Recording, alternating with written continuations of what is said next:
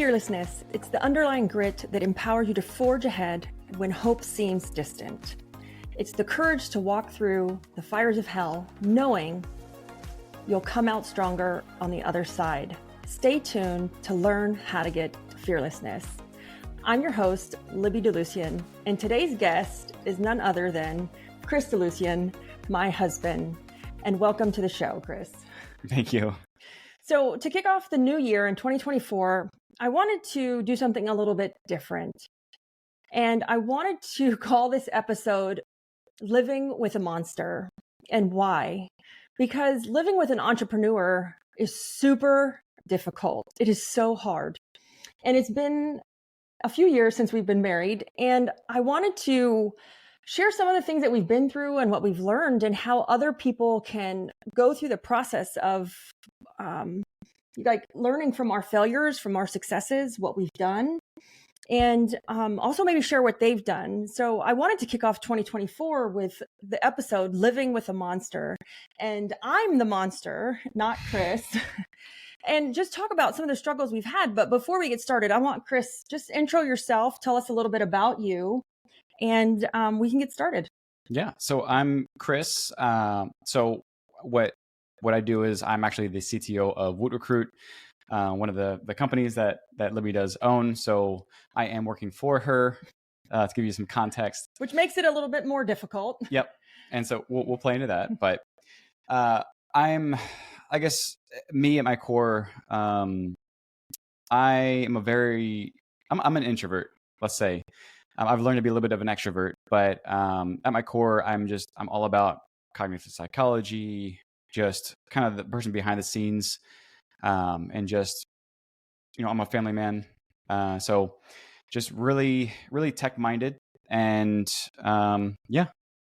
So what's your background? What'd you do before you worked for me? Yeah. So before I worked for WootRecruit, what I used to do, my trade was I was an audio engineer. So what that meant, because there's a couple of different kinds, is that I for the last decade, prior to WootRecruit, I traveled throughout the United States, Canada, Mexico, parts of Europe in doing monitors for bands. So what bands? Just name a few. He's very modest, by the way, in everything he does. So just name a few of the bands. So some of my most notable would be Kings of Leon,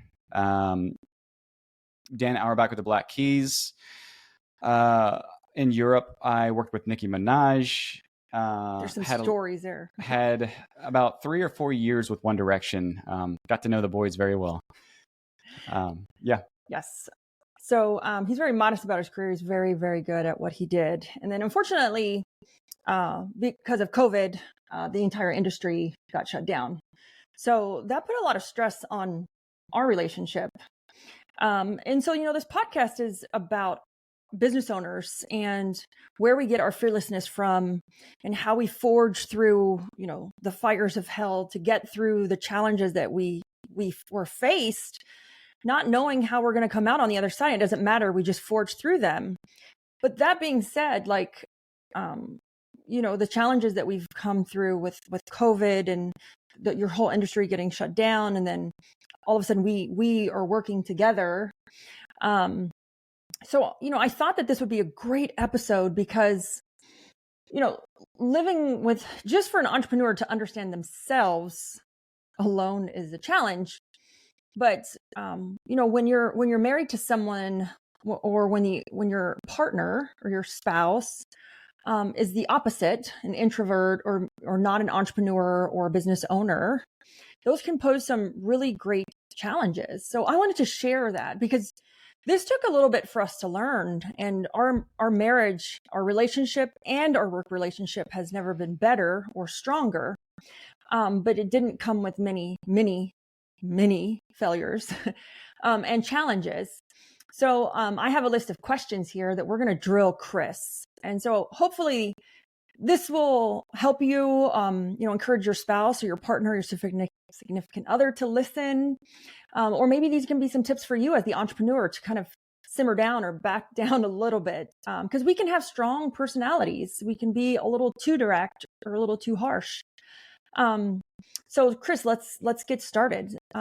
So first impressions, right? When did you first realize, I was that crazy entrepreneur? And, what was your initial thought and or fear? Right. Okay. So this will be taking a step pretty far back then, because I know that when we first, met and how we met, we were both kind of working as our own, let's say, entrepreneur or our own, let's say, solopreneur type of environment at the time we met. I know that you've done businesses before then, but it wasn't until I would say I finally got off the road temporarily in the job that I was at, and that would be in Maryland. And then that's where you actually came to move and live in Maryland and try to kind of get resituated. And that started to shift into a new kind of new industry, finding yourself as well. I would say coming out of that, and then once we moved into Florida is where I started to realize it. So it's hard to really kind of, and I want to break this down, and you can help me out here, because there's a lot that happened in a short amount of time. But I would say that through my journey with working on the road, which, by the way, when I did audio, when I say worked on the road, I meant that I traveled on buses, lived in hotel rooms for about 80% of the year. And so imagine 80% of the year I was gone from home life, gone from family. And so I think it was during that time when really that was where you were breaking ground. I was up all night working on stuff. I had businesses going. He was gone. Yeah. So I think it was during that time where, you were just getting your, I guess, breaking ground with, let's say, the residential cleaning company that you were, what is now Organize It. But we had just in its infancy got it kind of set up and started. You got it started when we finally moved into Florida, and I was still on the road. And what happens when employees behave badly? Boy, we could do an entire TV show, maybe a Netflix special on that. Well, Ryan and I sat down and recorded episodes for FAMA, and we asked practitioners, give us your most outrageous story.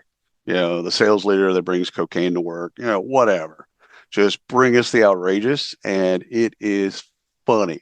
So if you need a laugh, which we all do from time to time, search for Workplace Misconduct wherever you get your podcast, and you'll find it. And trust me, you will laugh and cry, but you'll definitely laugh. All right. Thank you. And I think while I was gone and traveling and working, kind of coming back into that, and then where I was trying to find myself after, coming close to COVID, that's when I started to realize that, that you started to kind of take your own shape. And you started to become somebody who I wasn't familiar with, I would say, that I wasn't used to seeing, because we used to kind of just always be in the same room together, always kind of spend time together. So you started to have your own thing going on. And that's when I started to realize that, I was getting a little bit uncomfortable with, I guess, with who you were, or I guess not really familiar with what you had going on separate from what I had. So I think it was that point when I started to settle in from me being that audio engineer to kind of settling into the home life. That's when I started to realize that things weren't the same way that it used to be. And I think that's where things really started to shift for us. Yeah. For me, I remember that very distinctly, because you were traveling a lot and I was working nonstop. I didn't have to stop. This is going to sound really horrible, to cook dinner or to do certain things, because you were gone. So I could just work. And, but when you would come home, you wanted certain things, but I had gotten into a certain routine, and it kind of felt not fair to me. Yeah. that I needed to drop the things that I had worked on and it was building. So it became a friction point for us that we didn't know how to get along. We knew how to get along better apart than we knew how to get along better together. Yeah.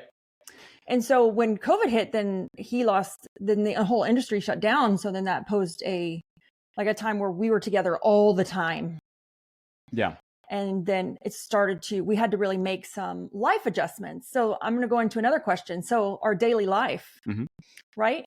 How is living really with a monster / entrepreneur affected, daily life? How can you describe our daily life? Like, what's some tips that we do now daily that have changed it for the positive? Oof. Okay.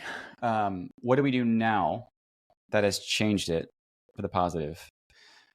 Well, there's a number of things. And I would love to revisit kind of the other side of it, the other side of the coin here later, which is kind of what were the friction points that we experienced. But right now, what made it work now is, I would say 100% of the time was date mornings, being able to spend that quality time with you where there was no work, there was no distractions. It was just us and our routine. And if you're not familiar with what date mornings are, what we do is we have a very set schedule.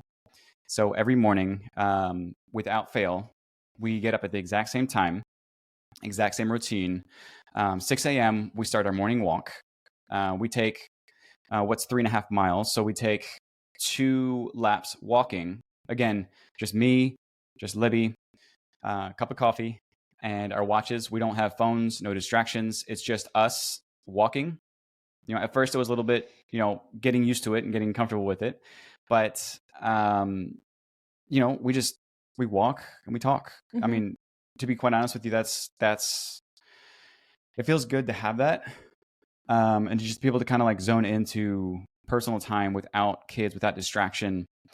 And it just, it's always there, and it's always something that I can look forward to. Yeah, date mornings have been great, and a lot of people have said, "Well, that's just exercising," and it is and it isn't. So we still exercise after that, but a date is anything that you want it to be, that it's it's set and it's consistent. It's with another person, and it's scheduled. So it could be date mornings or a breakfast together, or sitting down and reading a book together. It can be anything you want it to be. It doesn't have to be a walk outside. That's just what we choose to do. Hey, it's Bob Pulver, host to podcast. Human-centric AI, AI-driven transformation, hiring for skills and potential, dynamic workforce ecosystems, responsible innovation. These are some of the themes my expert guests and I chat about, and we certainly geek out on the details. Nothing too technical. I hope you check it out. But it's the consistency of doing something together. And we chose mornings because we have 3 kids, and it's like, no matter what we did, and 3 businesses, no matter what I did, it's like something would happen. A kid is sick. Somebody missed the bus. Something's happening with an employee, a customer, something's going on with a customer. An update failed in one of the softwares. Like, you never know. And so our days would always get interrupted by interruptions of the day. So when we heard about date mornings, and didn't come from us, it was a Dan Martell, it was Marcel from Parakeeto. I would recommended it, and we were like, that's really interesting. And so it's kind of that analogy of doing it before the day even starts. So there's no distractions. Sometimes the sun isn't even up by the time we go outside. And so it's a really great feeling. And it's where you can start to talk about whether it's business or it's vacations or it's trips or it's just things you want to do. It's a great practice, and I highly recommend it. It has changed our relationship, our marriage, our personal lives, and our business. So I'll say a couple of things about that then. I would say that without the date mornings, without us having this dedicated time where there's no distractions, literally no phones, is that I probably would not feel as connected to you as I feel, because I wouldn't be able to hear all the little nuances of what you got going on, what's on top of your mind, and just in terms of business in general. Because again, me and myself, I've always been, in a specialized trade. But again, thinking through it this way is, although there's nothing really wrong with it, is that I always worked for somebody else, or I provided my services for another person. So fundamentally, I had never experienced being an actual business owner. So there's two different worlds that are happening. But I would say that this was super, super helpful, having those date mornings, so that I could kind of look into your world a little bit and kind of see and feel the dynamic, because what my perspectives are completely different from yours. How I think about things.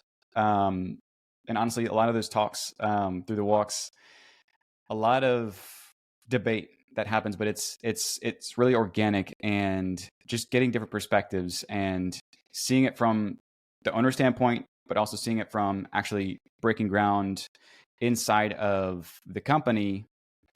It's really interesting. And I think that I've taken a lot of perspectives because of that, and feel like I can better connect with you and understand what to do and what to avoid, and, what to look out for. That's awesome. I didn't know that. So you had said you were going to save kind of that, prevent the challenges for later, but that was my next question, is challenges. So, what's the biggest challenge, that you faced, or that you feel that you face, that, that living with someone who is consistently driven, like, how do you face that challenge? Yeah, that's a good question. And that's a good question, because, in a marriage or in a relationship, whether it's with a partner, significant other, or a husband or a wife, most of the entrepreneurs that I'm friends with, they're in that relationship, they're not both entrepreneurs. And so there's typically one person that's the more driven person, and that creates friction sometimes, because we're not going at the same pace or direction or speed. So how, that's it can pose a huge challenge. And if they're both driven, that's almost a recipe for like disaster, or like a recipe for, it's toxic, because two driven people, you could drive each other into the ground. But, how do you face living with someone who's consistently driven by their business? Because I get this too, like with a lot of people in the service business, their husbands or wives or partners can't understand, like, why are you spending $12,000 for a course? Yeah. Like, why are you flying to Dallas to visit Roger Wakefield? So I was on Roger Wakefield's podcast the other day, and I was talking to Roger on the phone. He's like, hey, I got a spot on my podcast for Thursday. And I look at Chris, or for Friday, it was like 3 days before Friday. And I look at Chris and I'm like, well, I guess I'm flying to Dallas on Friday, Chris. And Chris is like, okay. So, how do you face that? So I would like to say that there's a lot to unpack there, because again, we've been together for, I would say, about 13. How many years? 14 years. So 2/17/10. That's the date. That's the time that I remember. Okay. So that will be 14 years in February. That we've been together. Not married, together. Yeah. But 12 years married. But I always remember 2/17/10. That's, yes, for me, that's the most important part. But like I said, there's a lot to unpack there, because there's a lot that happened in those 14 years, which, again, there's different stages of our own relationship and our own life. Because again, when I first met you, in the industry that you were working at the time, you were at the top of that industry, of the peak of what you did. Me, on the other hand, as I came in and I met you, I was at the very bottom. So this was completely counter from each other, but we connected and it was great. I would say that going through the next couple of years, things started to actually flip, because it was then when you decided to make a change in your life, to basically sacrifice your career to help me to kind of start building the family. And so you chose to step out of your career into a new one, which was, again, you kind of reset back to a new industry, a new career. back to almost square one. And that's when I was just building mine. And that was again in Maryland. And then, you know, as we started to progress through more of the years, again, I started to become, you know, towards the peak of my career. That's when I started to travel a lot, about 80% of the year. That's when you were just getting started. And so I, at that time, again, with the male stigma, felt at least like I had my place where I could provide. And, you know, as you always hear it and repeat it through, like from a man's perspective growing up, you're the provider of your household. And so that's kind of that stigma that I always carried with me, of just making sure that I'm there to take care of you, more so financially than it was physically being there. And so that was a lot for me to grasp, like to kind of think through, because once I started to make that shift, once you became pregnant with Yaya, which was probably fast forward about 10 years, that's when things started to really turn, because that's when you were just taking off with this new career, which happened to be the cleaning business and then the organizing. So that's when COVID hit. I was trying to find myself, because I was trying to get out of my own audio career to get back home with the kids. And through all that, I had to sacrifice being the breadwinner at one point, giving up being on the road to then learn how to become a man again in the home, to start to kind of shift into this taking care of the kids, being a family man, being there with you, while you're starting to we kind of shifted towards, you were then becoming the provider, the primary provider. Again, with the company, it was growing and scaling. I was trying to help shift into a different role, contributing however I could. At some point, I ended up cleaning in the company and tried a bunch of different roles, got fired from them. But what happened was that I started to lose that dynamic of being the provider, of having that thing that I held as like an anchor to who I was. And then I had to start seeing you as a person who I had to start letting go of being that person who was really providing, you know, that financial support. And so for a man's perspective, that's really difficult. And then me also not being, let's say, as driven of an entrepreneur, because I read a ton of books. I love to learn, but at the same time, I just didn't have that same grit that somebody who, you know, again, the whole concept of fearlessness. Yeah. It's having that grit, you know, without hope. It's being able to do something, you know, without needing to know what the outcome is going to be. So that for me, there was an element of that I didn't have as, let's say, what an entrepreneur would have. But at the same time I did, but just you pushing so hard in what you were doing became really hard for me, because I was trying to figure out, you know, where the hell do I fit in? You know, so I'm sitting here and, you know, I'm learning. I would say that, you know, at the beginning, I didn't really help out around the house. I didn't really do much because I was trying to figure out what I did. You know, I might have been, you know, good there in, you know, at face value, but there was a lot of things I was struggling to figure out. And one of those was letting go of the idea that I was supposed to be the man of the household. But now learning about it, I had it completely wrong.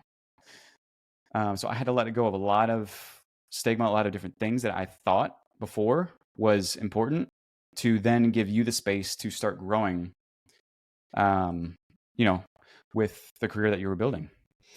And so, you know, I know that another challenge that we've had is the way I communicate. So I know many people that are listening to this that are entrepreneurs, we communicate in a different way.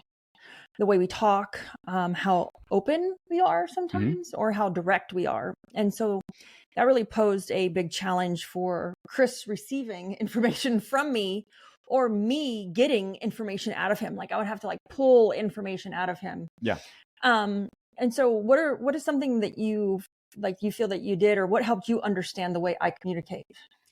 So a couple of different things. I would say one is, I guess through this transition, one of the things was, and I'll be honest, is marriage counseling. Oh, yeah. Like I said, we've made a lot of mistakes. Yeah. So just having that raw input of, receiving what the other person is thinking without any filters. I think that was super helpful. The other thing that kind of went along with that during the same time period was I did get a lot of advice and personal time with a close friend who was helping me through that time. And it's funny because he was our financial advisor, but at the same time, he was also our marriage counselor. But one of the things that he kind of put me towards or provided for me was the book, The 5 Love Languages. I would say that was extremely helpful. I think I read it twice, listened to it also through Audible, but it was extremely helpful to get perspective and to start to put that into practice. To just understand that it's not just one way of thinking, it's not just one way of providing or doing things in the traditional sense of a marriage. Really had to work at it and to see, where do I fit in this puzzle of a marriage. And so I would say that is also something that's really, really helped out. Another book that I can think of that also helped me to get rid of a lot of the habits that I had hard set, which was all about being an introvert, about just feeling like I just had to do something or needed to be something more, was The Courage to be Disliked. It was a book about a Japanese philosopher and their patient. I think it was a psychiatrist actually, but just talking through what it really means to, just to be comfortable with this concept of candor in life and to just be willing to put everything out there in an extremely transparent way and to also receive it extremely transparently. So it's being willing to receive the information at face value. And the whole concept of being altruistic, not really needing to do something for the sake of yourself. Because again, we're all by our own nature selfish creatures. There's always some reason why we want to do something. But I would say that just reading that book, The Courage to be Disliked, was super, super helpful because it helped me to also frame my mind to say, look, it's not all about me or these feelings that I have, but it's more about the concept of community. It's all about the concept of this greater purpose. And again, the whole question of, what is life? That also came into question because, I questioned myself as well through this whole time of living with you and getting to learn how to live with you. But live with me. Yeah. But it boiled down to me just having to get rid of a lot of these things in my life, these habits, which we were bred to just have this certain way that we lived through life. Again, through the traditional ways, male provider. Also, like it's stereotyping yourself. It's what we do to our kids. It's the things that we say, like Yaya's our 5-year-old, and she's, I'll catch myself saying something to her, and I'm saying, why am I saying that to her? Like, and I'll say something that's like, very girly, and I'm like, I don't want her to stereotype herself.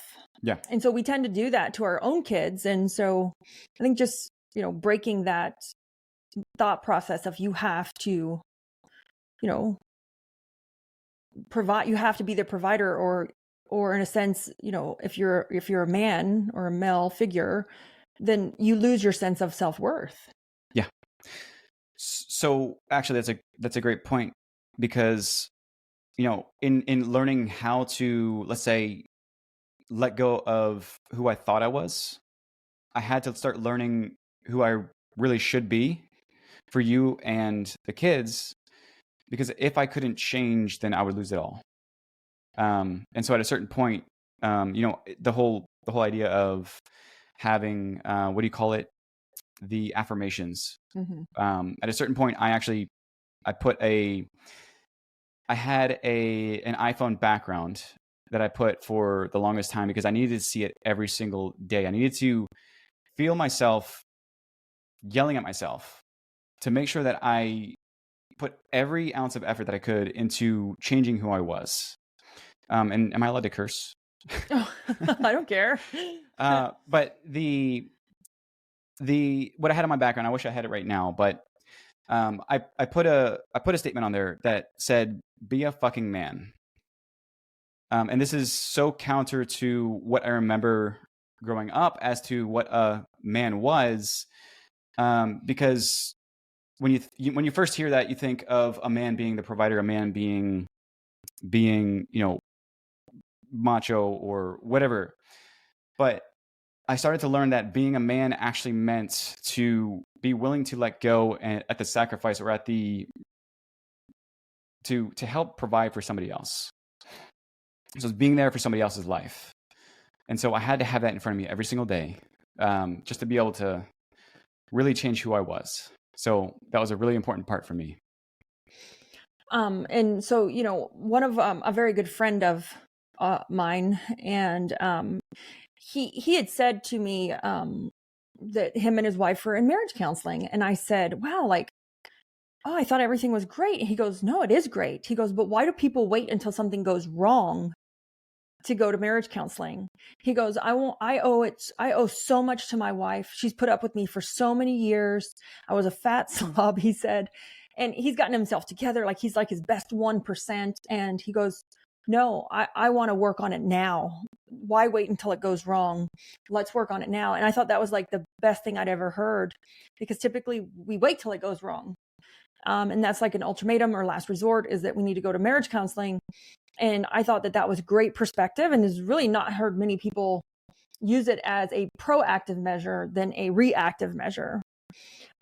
So I thought that was great. So support systems, Chris. Well, this question you kind of shared it, but how do you support me in the journey? And, are there particular moments that were tough for you? Oh yeah. Oh yeah. I've finally gotten past that point, but every time we would, you'd go to events, let's just say, you'd go, speak at some conferences. I think jokingly, we used to call me the bag boy. Oh yeah. But I'd be there as this other person, and there were times when I felt like, oh my God, why am I here? It's just there's no part for me here. Just this feeling of like, what's going on. But I started to really just kind of figure out that I had a different role to play, and I was more than happy to let go of the reins of that other part of it. Because I didn't need that. It was like you said, you are a very, very ambitious, very powerful, entrepreneur with an extreme amount of grit, which, to be quite honest with you, the most grit I've ever seen in anybody. But I didn't have to need to be that person. I had a more unique role to play, and I found my spot, which is being that supportive role in other areas that I know that I can be great at. And most importantly, it was just getting rid of the idea that I had to be great at everything. Yeah. So that I could give you something to take and run with. Yeah, I'm not great at everything either. I think that one challenge for relationships, especially with the grit, I feel like there's two things that happen I see, or that we've experienced, or that I see in coaching other business owners, is either the other person in the relationship feels like They don't understand why the other person has so much grit. Like, why are you spending $12,000 on a course? Or they feel like they have to keep up with that person. Yeah. Like, do you feel like that's kind of, you don't feel like you have to keep up with me so much anymore? Yeah, not anymore. I would say that before I did, because there's an extreme amount of learning that you do. And that's going to go into my next question. Yeah. As far as your personal growth. So how has living with an entrepreneur influenced your personal growth or perspective on life? Yeah. So like I told you before, is I was always an avid learner, always an avid reader, a lot more on the cognitive psychology side of it, which is more personal. But it was, through you and learning and growing and all of this, and how quickly you're trying to get to the next level. Me trying to learn at the same pace, I know is not, it's not going to happen, because I can't fake wanting to do it. But I want to emphasize one thing, is that it's not that I don't want to do it, but it's just, I learned that it's okay to learn different things or learn different aspects, be comfortable with a specialization or just bettering yourself in a different way that's not exactly the same as you, not cookie cutter. Because, there may have been one or two books where I would just kind of play along and just and read, but it just didn't gel with me. Yeah. And we'll read some of the same books, but we don't read at the same pace either. Yeah. Because I cheat. I listen to the audio and read the book at the same time, where Chris is like dissecting every word and sentence. And I'm done with the book, and he's like on chapter 2. Yeah. But I think that that's also important to know, because, we don't. So there's the worry about being on two separate tracks or two separate roads that lead to completely separate places. And I think that was my biggest worry originally, was that I wasn't going to stay on the same road that you were going to be on. And it provided this, I don't know if it would be imposter syndrome or this fear of just not knowing if I can keep up. And that just started to seed doubt. And again, the whole questioning of who am I, who should I be, and can I be that person that you want me to be, which at the time was a completely wrong way to think about it. Yeah. Because after learning about it, you just wanted me to be myself. And again, it's just, I would imagine that's who you fell in love with, is the person who did have that curiosity for their own thing, for, who I am is still who I am. And so why not lean into that? Absolutely. There's been challenges for us just in, like I said earlier, how we communicate. Like, I can't keep my mouth shut and he doesn't talk enough. So it's just learning that, like, I do talk too much. I have to dial it back versus, I need to ask him more questions. And I can't stress enough on that book, The 5 Languages of Love, helped me, because his love languages were the complete opposite of mine. And once you see that, then you kind of can understand why people don't feel or the connection, or they don't understand why they don't understand why that it's kind of like that feeling of like, why don't you love me or care about me no more? Or why aren't you showing me attention? But in reality, you are showing them attention, but it's the wrong kind, and it's not perceived to them the same way, and it's because it's not shown in the right way for them to receive it. Yeah. So the book is amazing. It really did help so much. So, we're talking a little bit of, personal, like, let's talk about work-life balance. And you had said that you were scared for a little bit that we were going to grow apart. Mm-hmm.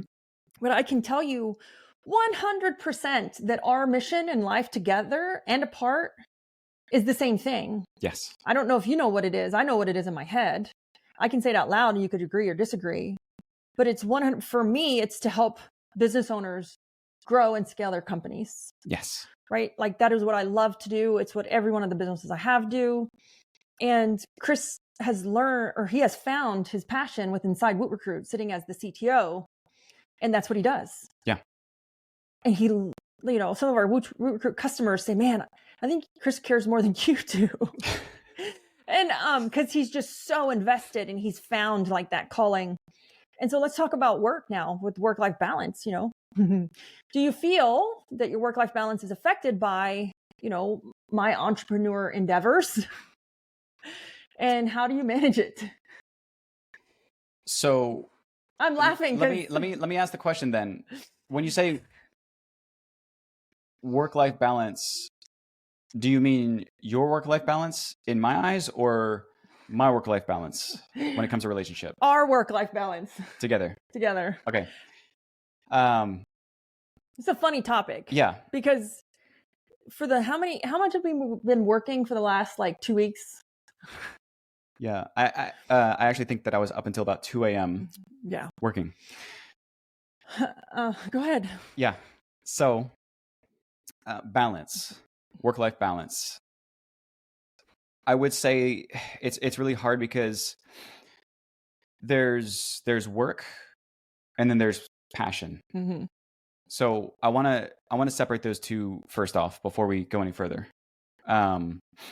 So I would honestly say that we have a fantastic work-life balance, and I want to explain that. Okay. Because at first glance you're like, what the hell are you talking about? No, I'm not. No, I know, but just in seeing what we do and how much we work, and from the outside eyes, they would say you guys don't do anything but work. But this is what I mean by it. Work is the act of doing.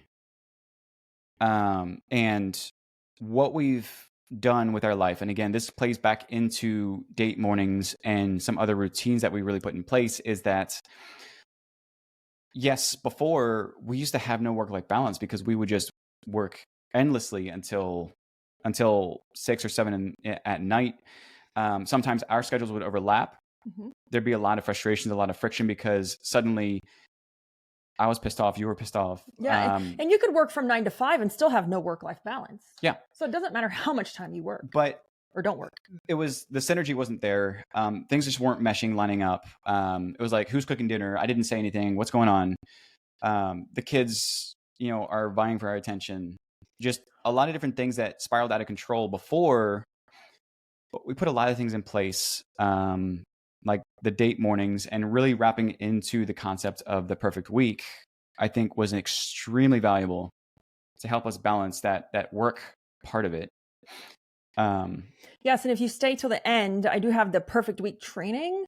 It's actually a Dan Martell concept, training as a gift for you guys. We'll have the link attached in the show notes. Yes. Mm-hmm. So when I say that was a huge part in helping to carve out what's most important in the day, and help to give that, like you said, work-life balance. But when you see us at 7, 8, 9 o'clock at night, I want to clarify that it's not work. It's fun. It's also, by choice, because we have big aspirations. And I had said this, I was somewhere just the other day, and I said, that 4-Hour Workweek book really kind of ruined it for a lot of people, because they just read the title or the intro and they thought, well, I can work 4 hours a week. Huh. And if you read the book and you really understood the concept, you would know that that's not necessarily true. And so, and this is why I love people like Gary Vee and Dan Martell and Cameron Herold. Those people work, they hustle. And there's a quote that, Dan Martell, I have him as a personal mentor. He says this all the time about building an empire. He says, for me, an empire, a legacy, building an empire for me is building a business that I never have to retire from, or I never want to retire from. And so I feel like that's what we're doing when we're working till midnight, because we want to, because we're so excited. We want to finish this project or roll out this rewards program. We're building a business that we never want to retire from. We're in the moment of excitement, and that's okay if it takes you till midnight, or if you want to stop at 3 o'clock today, hey, go ahead. And I think that is okay, because I think work-life balance is something that people chase, but because it's something, I'm going to get into time management. Time management technically it's a joke because you can't manage something that you have no control over. Like time moves at its own pace. We can't make it move slower or faster. And so to me, that work-life balance is almost the same thing. It's a perception. It's what we perceive it as. Mm-hmm. And so don't get too caught up in what it is or judging, the grass isn't always greener on the other side. Just do what makes you happy or what works for your marriage or your relationship or your partnership. So I'd love to add to that, because it's, again, it's not as easy as it sounds, because you have to build certain frameworks around it. And for me specifically, because I can be a workaholic. And what I mean, like I said before, is there's the separate act of doing, which is the projects and the fun stuff, the curiosity and other things, is that I had to clearly define what work meant to me and how that fit into my life, our life, and the schedule, which then wrapped around the perfect week.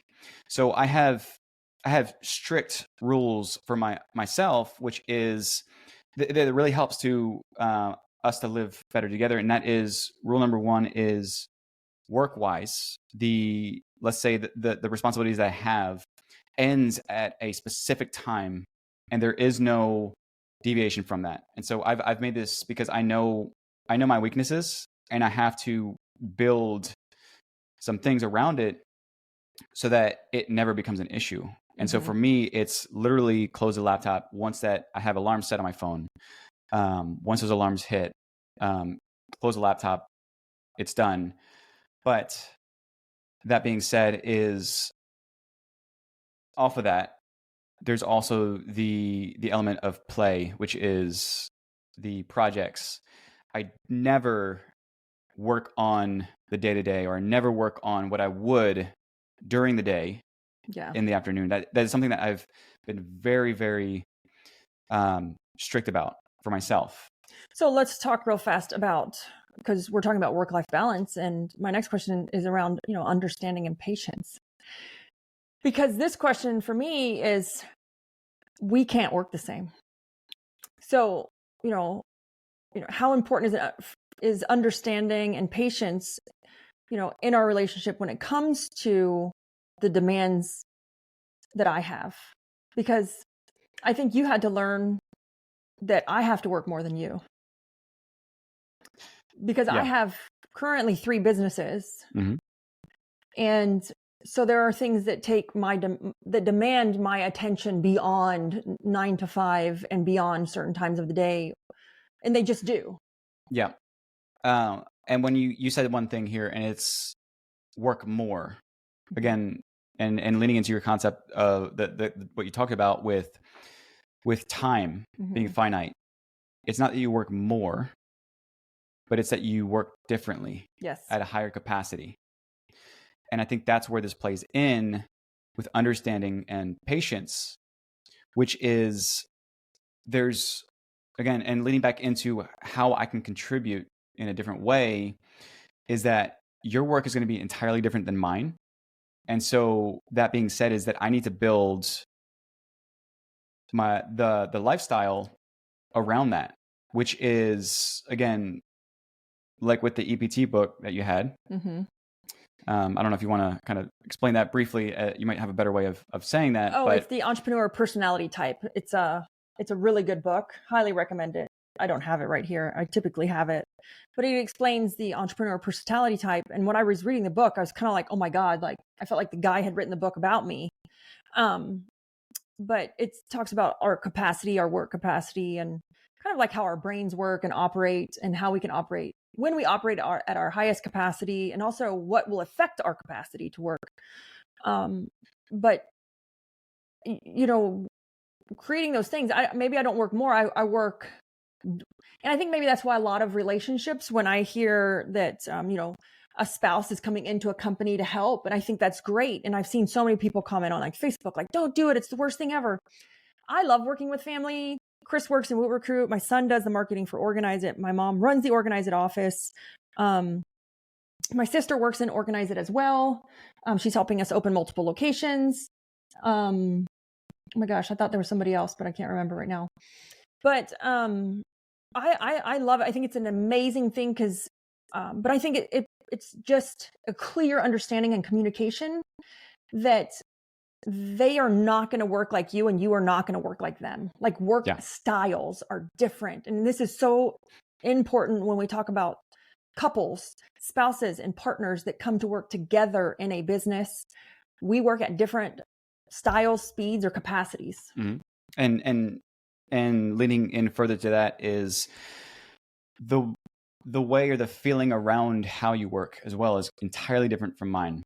Oh, yeah. So I learned that, I can't just because you're here or just because, we're married and let's say we're working from home, I can't just pop in here and be like, oh, hey, I'm working on this. How da da da da. Because again, your headspace is entirely different in terms of the level that you need to work at, not the amount of time that you're working. Yeah. So there's, again, understanding and patience plays a big part because there's a lot of things that I've learned that I need to contribute with to help clear that space and be more patient in how you need to work so that you can be effective at it. I think is the most important part. Yeah, I'm one of those people that when I work, I like tune out everything. You could talk to me, my kids could ask me for something, the phone could ring, and I don't hear none of it. None of it. And I'll say, like, even the subtlest things of knowing that you have 3 lives to do webinars for that day, knowing that, I don't even have to bat an eye and think about it. I'm making dinner. Yeah. There's no contest. So I want to ask one more question before we look about the future, but I want to get on a funny topic, actually. Funny moments. I want to see what you say because I didn't share these questions with him before. Funny moments. Can you share a funny moment, funny or absurd moment that happened during our entrepreneurial lifestyle? During living with a monster, can you share a funny moment? You're gonna have to help me out with this because I think there's a lot of funny moments that I'm trying to figure out here. I got to think through this. Let's see, funny or absurd moment that happened. Or maybe your favorite. Well, I would have to say that early on,